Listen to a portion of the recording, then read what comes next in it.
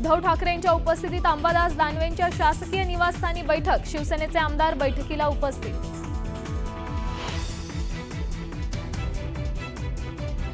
केंद्रीय गृहमंत्री अमित शहा 12 एप्रिलला रायगड दौऱ्यावर, शिवरायांच्या पुण्यतिथीनिमित्त अभिवादन करणार, मुख्यमंत्री फडणवीसही हजर राहणार। 31 मे पूर्वी रस्ते सिमेंट कॉन्क्रिटीकरणाची कामं पूर्ण करा, पालिका आयुक्त भूषण गगराणींकडून अधिकाऱ्यांना आदेश।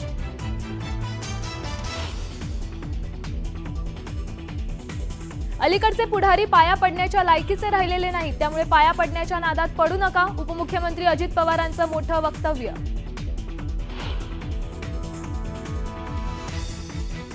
फडणवीसांनी नाव घेतलं तेव्हा आश्चर्य वाटलं, प्रकरणाशी आपला काहीही संबंध नाही, पत्रकारांच्या कायम संपर्कात असते। गोरे प्रकरणी फडणवीसांच्या आरोपांवर सुप्रिया सुळेंचं उत्तर। कुणाल कामरानं शिवसेनेला पुन्हा डिवचलं, शिवसैनिकांनी स्टुडिओच्या केलेल्या तोडफोडीवर नवं गाणं केलं पोस्ट।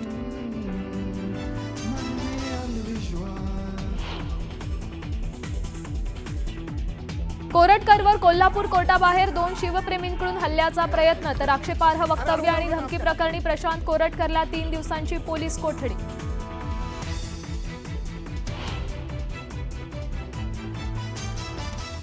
तसा एक नेपाळी महाराष्ट्रात फिरतोय आणि त्याला असं वाटतं त्याच्यामुळे हिंदू धर्म टिकलाय। अनिल परबांचं नाव न घेता विधान परिषदेत हल्लाबोल, बाजूला बसलेले उद्धव ठाकरेही गालातल्या गालात हसले।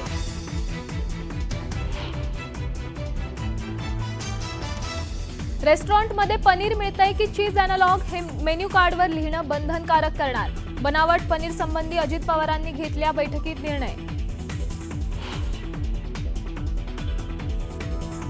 अन्नपदार्थात वारंवार भेसळ करणाऱ्यांवर मकोका लावण्याची मागणी, उपमुख्यमंत्री अजित पवारांचा दुजोरा, विक्रमसिंह पाचपुतेंची माहिती।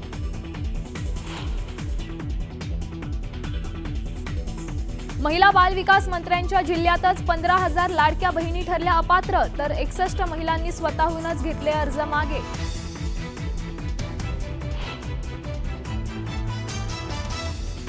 साठ वर्ष पूर्ण केलेल्या बांधकाम कामगारांना मिळणार दरमहा 12,000 निवृत्ती वेतन, बांधकाम कामगारांसाठी सरकारची महत्त्वाची घोषणा।